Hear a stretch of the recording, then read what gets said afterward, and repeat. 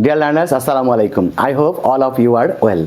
I am also great with the grace of Almighty Allah. I am Muhammad Minarul Islam. I am the founder and CEO of English Learning Point BD. Now I am going to discuss how to make a good presentation.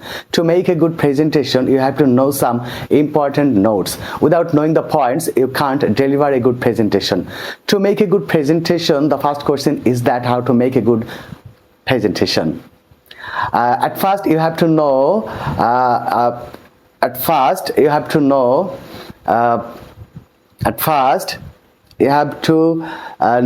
how to choose এখানেই হচ্ছে সমস্যা। সেটা হচ্ছে আপনারা যারা class 6 থেকে class 9 পর্যন্ত পড়েন, অর্থাৎ যারা ষষ্ঠ থেকে নবম শ্রেণীতে পড়ছেন, আপনাদেরকে ক্লাসের মধ্যে প্রেজেন্টেশন দিতে হবে। এখন এই প্রেজেন্টেশন দিতে গিয়ে আপনাদের কি হচ্ছে, আপনারা যতটুকু মুখস্থ করছেন সেই মুখস্থ করে বলতে যাচ্ছেন, বলতে গিয়ে কি হচ্ছে, ফট করে কোনো একটা সেন্টেন্স আপনি ভুল করছেন, মানে ভুলে যাচ্ছেন।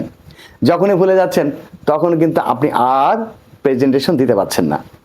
একটা বড় সমস্যা। আসলে মুখস্থ করে প্রেজেন্টেশন দেওয়াটা পসিবল না। আপনাকে আসলে ইংরেজি শিখতে হবে। ইংরেজি শিখে আপনাকে মনের মতো করে প্রেজেন্টেশন দিতে হবে। তো কিভাবে ইংরেজি শিখবেন এই বিষয়টাও আমি আপনাদের সামনে আজকে তুলে ধরবো। সেই সাথে তুলে ধরবো যে আপনি একটা ভালো মানের প্রেজেন্টেশন কিভাবে তৈরি করবেন এবং ক্লাসের মধ্যে বা যে কোনো জায়গাতে একটি ভালো প্রেজেন্টেশন আপনি কিভাবে দিবেন, এই ব্যাপার নিয়ে আজকে বিস্তর আলোচনা হবে। এবং যারা বর্তমানে দশম শ্রেণী অথবা তার ঊর্ধ্ব ক্লাসে পড়েন, অর্থাৎ এইচএসসিতে পড়তেছেন, আপনাদের ক্ষেত্রে যেটা হয়, আপনাদের paragraph, composition, formal letter, informal letter, dialogue, CV এগুলো আপনারা সব মুখস্থ করেন। আর পরীক্ষাতে যখন কমন আসে না, সেক্ষেত্রে 2-3 লাইন লেখার পরে তারপরে 4 নাম্বার লাইনটা আপনি কি লিখবেন এইটা নিয়ে পড়ে যান মহা ঝামেলার মধ্যে। মানে আপনি আর মনেই করতে পারছেন না বা পারেন না যে পরের লাইনটা আসলে কি লিখবেন। অনেকে ইংরেজিতে ফ্রি হ্যান্ডে লিখতে পারেন, তারপরেও সমস্যা যে পরের লাইনটা আপনি কি লিখবেন, মানে আপনি আইডিয়াই জেনারেট করতে পারছেন না। এই ধরনের সমস্যা আপনাদের যাদের আছে, আজকের এই ভিডিওটি আপনাদের জন্য। এই ক্লাসের মধ্য দিয়ে আমি আজকে প্রেজেন্টেশন এবং যে কোনো রাইটিং টপিক ফ্রি হ্যান্ডে লেখার জন্য আপনাকে কিভাবে চিন্তা করতে হবে এবং কিভাবে আপনি লিখবেন, সমস্ত ব্যাপারগুলো আজকে তুলে ধরবো। অবশ্যই ভিডিওটি প্রথম থেকে শেষ পর্যন্ত দেখবেন। আসুন, তো প্রথমে আসুন আমরা প্রেজেন্টেশন নিয়ে কথা বলি, অর্থাৎ আপনি কিভাবে ক্লাসের মধ্যে বা যে কোনো জায়গাতে প্রেজেন্টেশন দিবেন। প্রেজেন্টেশন দেওয়ার প্রথম শর্তটা হচ্ছে আপনি কি করবেন, প্রথম কাজ হচ্ছে ইন্ট্রোডিউস। এটা হচ্ছে প্রথম কাজ, অর্থাৎ আপনি আপনার প্রথমত পরিচয় দিবেন। আপনি কে, আপনি কোন ক্লাসে পড়েন, আপনি কোথা থেকে এসেছেন, প্রথম কথা হচ্ছে আপনার নিজের পরিচয়টা দিবেন খুব সংক্ষেপে। এটা প্রত্যেকটা প্রেজেন্টেশনের প্রথমেই ব্যবহার করবেন। এরপরে যেটা করবেন, আপনাকে আবার 3টা পয়েন্ট মনে রাখবেন। কয়টা? 3টা। প্রথম ব্যাপারটা হচ্ছে মেইন টপিক। মেইন টপিকও বলতে পারেন অথবা টপিক সেন্টেন্স।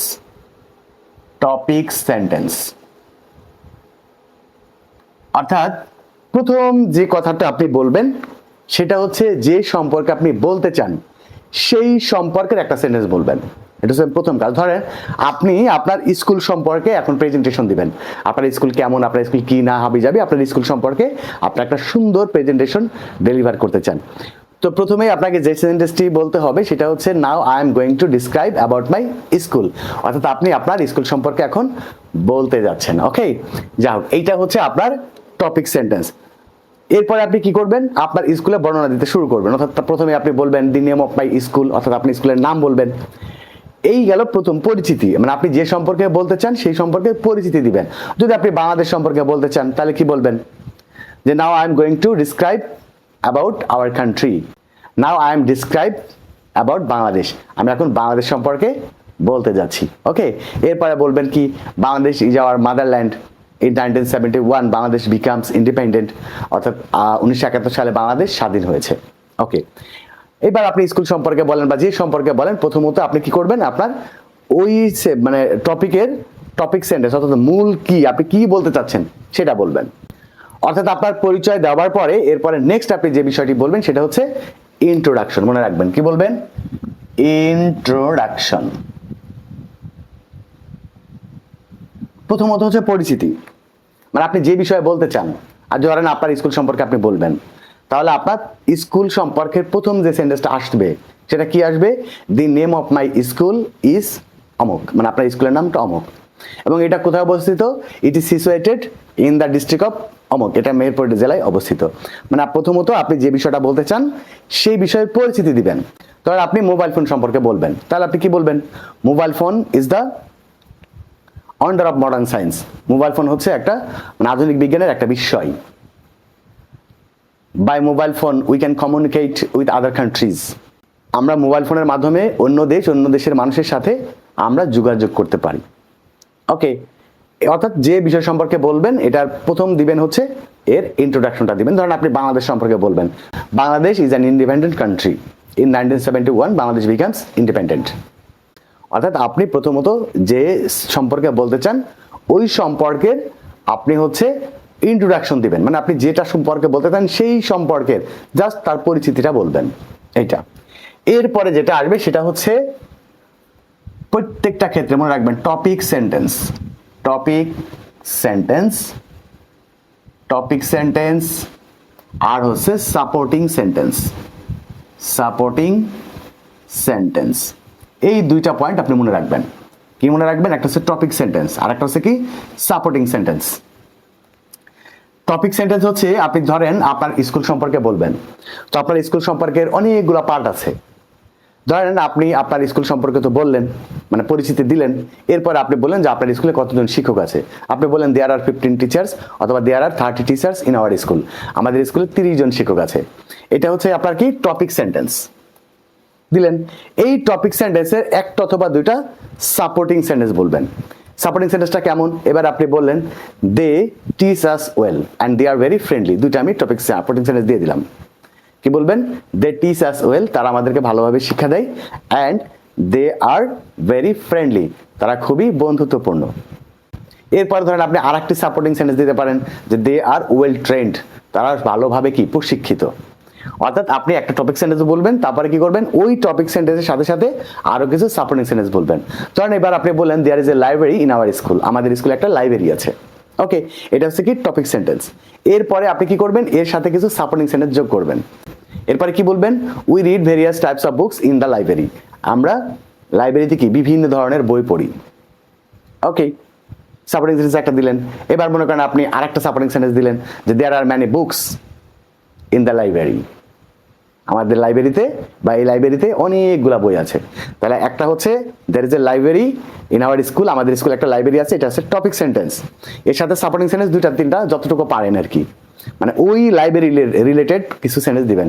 যে লাইব্রেরিতে there are many books in the library, we read many books in the library in our free time, আমরা আমাদের অবসর সময়ে লাইব্রেরিতে বিভিন্ন ধরনের বই পড়ি। বলে গেলেন।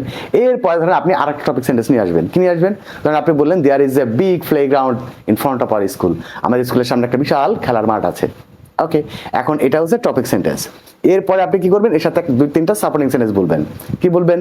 আপনি বলবেন we play various types of games in the field, আমরা এই ফিল্ডে বা আমরা মাঠে বিভিন্ন ধরনের খেলাধুলা করি। যদি পারেন তাহলে এই খেলার মাঠের আরেকটা সাপোর্টিং সেন্টেন্স দিয়ে দিবেন। এরপরে ধরেন আপনি বলেন যে আপনাদের স্কুলে অনেক ছাত্রছাত্রী আছে। কি বলবেন? There are many students in our school, আমাদের স্কুলে কি অনেক ছাত্রছাত্রী আছে। এবার আপনি বলবেন all the students are very friendly, প্রত্যেকটা শিক্ষার্থী কি খুব বন্ধুত্বপূর্ণ, and they study very well, এবং তারা কি করে? খুব ভালোভাবে লেখাপড়া করে। এরপরে কি বলবেন? Every year they get good results in the examination, যে প্রত্যেক বছরই তারা পরীক্ষাতে ভালো রেজাল্ট করে। এরপরে ধরেন আপনি বললেন যে there is a flower garden beside our classroom, আমাদের ক্লাসরুমের পাশেই একটা ফুলের বাগান আছে। Various types of flowers bloom there, সেখানে বিভিন্ন ধরনের ফুল ফোটে। And the flowers enhance the beauty of our school, যে এই ফুলগুলো কি করে? আমাদের স্কুলের সৌন্দর্য বৃদ্ধি করে। তাহলে there is a flower garden beside our classroom, এটা হচ্ছে কি টপিক সেন্টেন্স। এরপরে ওই ফুলের বাগান সম্পর্কে আপনি আরো যে দুই তিনটা সেন্টেন্সে বলবেন, সেই দুই তিনটা সেন্টেন্সে তার সাপোর্টিং সেন্টেন্স। অর্থাৎ আপনি একটা করে পয়েন্ট নেবেন, একটা করে টপিক সেন্টেন্স নেবেন, এবং ওই টপিক সেন্টেন্সের সাথে দুই তিনটা যতটুকু পারেন সাপোর্টিং সেন্টেন্স দিবেন। তাহলে এভাবে করতে গেলে কিন্তু আপনার কি হয়ে যাবে, আপনি প্রেজেন্টেশন দিতেই থাকবেন, শেষ হবে না। আর আপনাদের যে প্রবলেমটা হয় যে আপনারা 2-3টা সেন্টেন্স বলার পরে তারপরে সেন্টেন্সটা কি হবে আর চিন্তাই করতে পারেন না, এটা যেটা হয়। এই পদ্ধতিটা অনুসরণ করেন, ইনশাল্লাহ আপনার প্রেজেন্টেশন দিতে কোনো অসুবিধা থাকবে না। আর যারা প্যারাগ্রাফ, কম্পোজিশন এগুলো মুখস্থ করে লেখেন, তাদের ক্ষেত্রে একই কথা। তাদের ক্ষেত্রে শুধু এই ইন্ট্রোডাকশনটা দিবেন না, এই ইন্ট্রোডিউসটা দিবেন না। ইন্ট্রোডিউসটা না দিয়ে কি করবেন, প্রথমত ইন্ট্রোডাকশন দিবেন। আপনি যে সম্পর্কে প্যারাগ্রাফ, কম্পোজিশন লিখতে চান সেই সম্পর্কে প্রথমত ইন্ট্রোডাকশন দিবেন, মানে তার পরিচিতি, আপনি কি সম্পর্কে লিখছেন তার পরিচিতি দিবেন। এই পরিচিতি দেওয়ার পরে এবার আপনি টপিক সেন্টেন্স আর সাপোর্টিং সেন্টেন্স এই দুটা থিওরি মেনটেন করবেন, ব্যাস ইনাফ হয়ে গেল।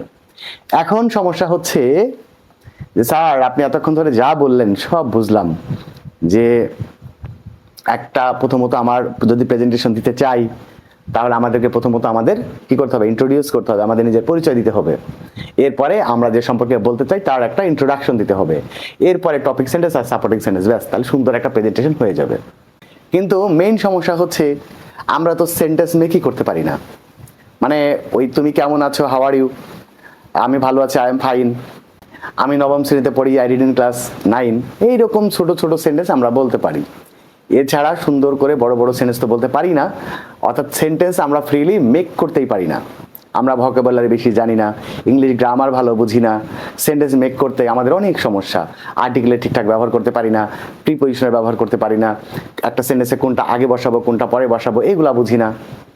তো এখন আমার ক্ষেত্রে আসলে কি করণীয় আছে, এই প্রশ্নটা যদি আপনার হয়ে থাকে তাহলে আপনাকে বলবো আপনার জন্য সুখবর রয়েছে। আপনার জন্য সুখবরটি হচ্ছে ইংলিশ লার্নিং পয়েন্ট বিডি আপনাদের জন্য তৈরি করেছে একদম 0 থেকে 0 থেকে অ্যাডভান্স লেভেল পর্যন্ত ইংরেজি শেখার course, learning English 0 to advance course. এই ব্যাচে একদম 0 লেভেল থেকে step by step advance level পর্যন্ত ইংরেজি শেখানো হয়।